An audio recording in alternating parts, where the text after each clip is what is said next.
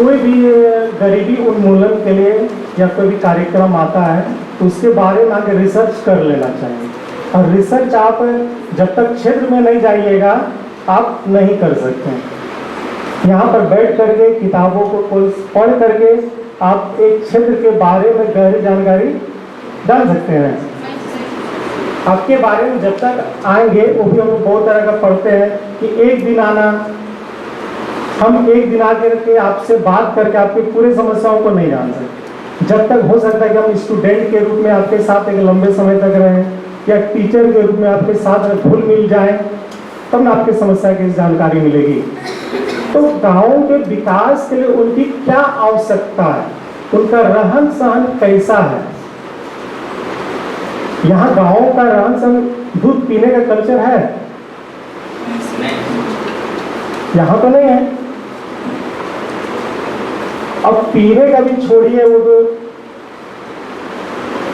खरीदने का भी नहीं क्षमता अब है। बहुत कम लोग देखते हैं अभी भी गाँव में, कुछ लोग जाते हैं लेते हैं तो एक पाव लेते हैं, है ना। तो भी बहुत से जब बीमार हो जाता है डॉक्टर बोलता है तब हम लोग करते हैं। तो वही बताए कि उन्होंने बिना जमीन की वास्तविकता को जाने एक तरह से हम थोप दिया कि आप गाय लीजिए, तो गाय तो दे दिया। उनका सोच ठीक था, जहाँ पर शहरी क्षेत्रों में दीजिएगा तो वहाँ दूध का उपभोग बहुत ज़्यादा किया जाता है, गांव में तो नहीं है। तो दूध उत्पादन होगा ही नहीं, तो दूध उत्पादन होगा बेच ही नहीं पाएगा तो फिर क्या करेगा। जनप्रतिनिधि लोकतंत्र है, तो लोकतंत्र में तो हमारा जब जीत जाता है उसके बाद हमारा जो जनप्रतिनिधि है उससे क्या प्रश्न पूछते हैं। अब तो 5 साल के बाद ही उसके बाद फिर ये होते हैं। जैसे वो लोग बताया जाता है कि हमने ऐसे ऐसे करेंगे, कुछ उठाया जाता है, उसको बोलते भी हैं कि क्यों नहीं कर रहे हैं, तो वे लोग क्यों शांत रहते हैं। ये तो उनका ये है ना, वही तो जनता जब वोट के समय अपने मतदान बहिष्कार तो नहीं कर सकते, आप नहीं करना चाहिए। हालांकि कोई सा कानूनी ये नहीं है कि आपको वोट देने के लिए आप बाध्य किया ही जाए, लेकिन आप सीधे वहाँ कहिए कि हम आपको वोट नहीं देंगे। नोटा का भी खैर इसमें तो नहीं है, लेकिन नोटा भी रहता है, इसमें है नहीं। यदि ग्राम पंचायतों में भ्रष्टाचार हो जाती है तो आम नागरिक जो है उसके खिलाफ क्या कदम उठा सकते हैं? अब कुछ तो देखिए, भ्रष्टाचार है ना, ऐसा बोला जाता है ना कि भ्रष्ट ईमानदार वही है जिसको भ्रष्ट आचरण करने का मौका नहीं मिले। और समझ रहे हो,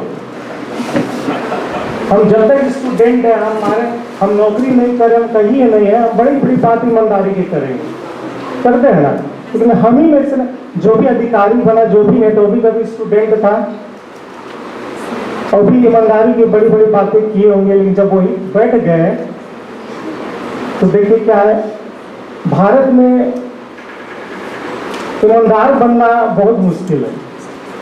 खास करके आप ईमानदार कहने का मतलब कि अगर आपके हाथ में पैसा है और पैसा का आपको इम्प्लीमेंट करना, उस वे में हम कह रहे हैं। हम लोग कोई भी गांव में रहते हैं तो प्रधानमंत्री आवास योजना है, किनको मिलना चाहिए और किनको मिलता है? गरीबों को मिलना चाहिए, पर जो पैसा देता है उनको मिलता है। जब जान रही है सच्चाई है, लेकिन हम लोग क्या करते हैं, हम लोग इसका कंप्लेन ऊपर तक करते हैं, करेंगे तो भी। हाँ, जो पैसा दे दिया 10,000 15,000 उसका नाम उस लिस्ट में हो जाएगा, जबकि ग्राम सभा की बैठक में तय होना चाहिए कि किसको ज्यादा आवश्यकता है, किसको मिलना चाहिए। लेकिन नहीं हो रहा है, गरीब का बेचारा का तो पैसा नहीं दे सकता, इसलिए उसको नहीं मिल रहा है। बहुत सारे गरीबी उन्मूलन के लिए कार्यक्रम है, तालाब निर्माण है, और उसको मनरेगा से जोड़ा गया है ना, कि मजदूर उसको कार्य करेंगे। हम लोग जानते कुआं तक को जेसीबी से खोद दे रहा है। गांव में देखे हैं ना, कितने देखे हैं? तालाब को उसको तो वो तो फिर गांव के व्यक्ति को जो मिलना चाहिए रोजगार वो नहीं ना मिल रहा है। वो जो धनी है जिसके पास मशीन है वो कैसे हो जा रहा है, गठजोड़ है ना ये सब भ्रष्टाचार का। जो नीचे स्तर से है, जो भी रोजगार सेवक है, जो भी उसको देखता है, जो भी उसको आगे तक लेता है, फ्लोर तक है, सब तो मिला हुआ है, पता है कि नहीं।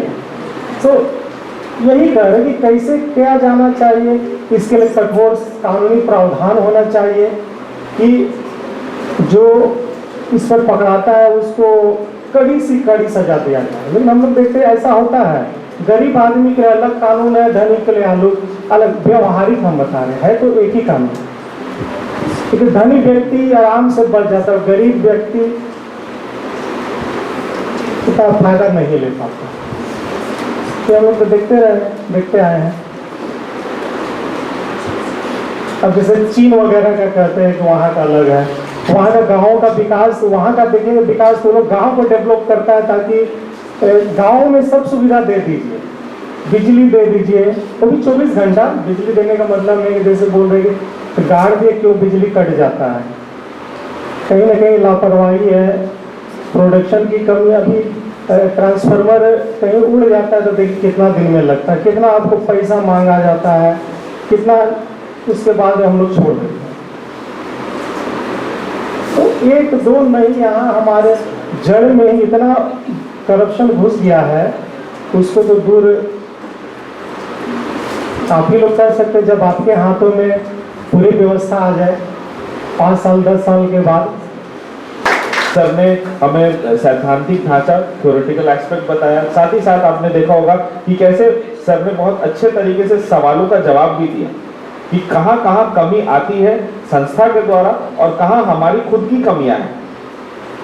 और मैं फिर धन्यवाद देना चाहूँगा हमारी IQAC कोऑर्डिनेटर का। मैम ने भी अपना बहुमूल्य समय हमें दिया, अपनी उपस्थिति दी, भले वो शांत थी लेकिन उनकी उपस्थिति हमारे लिए काफ़ी। मैम के लिए भी जोरदार तालियां।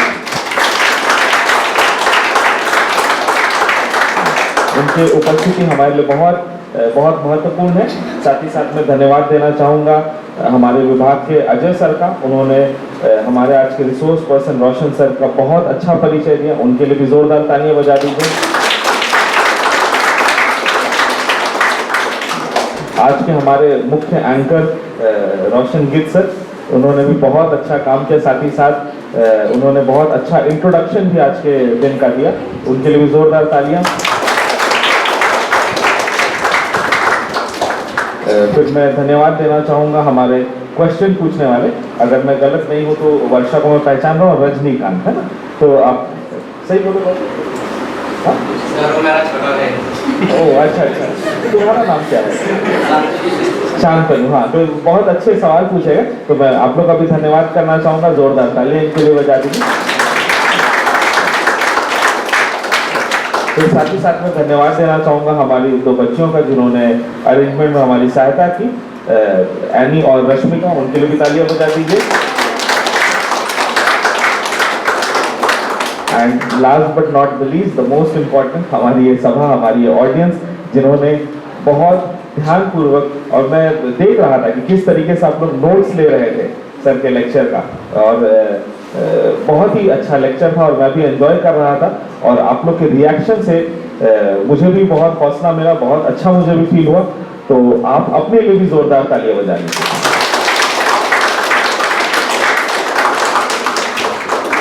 क्षमा चाहूँगा, मैं एक व्यक्ति को भूल गया था, हमारे कैमरा पर्सन सागर, ये हमेशा हमारे साथ रहते हैं, हमारे जितने इवेंट्स हैं सबका डॉक्यूमेंटेशन करते हैं। सागर सर के लिए भी जोरदार तालियां। और अगर गलती से मैं किसी को भूल चूक गया हूँ तो माफ़ी चाहूँगा। हमारे नॉन टीचिंग स्टाफ का भी काफ़ी योगदान रहा है, उन्हें भी धन्यवाद देता हूँ। और एंड में फिर से एक बार जोरदार तालियां बजाकर हम इस सभा का अंत करें।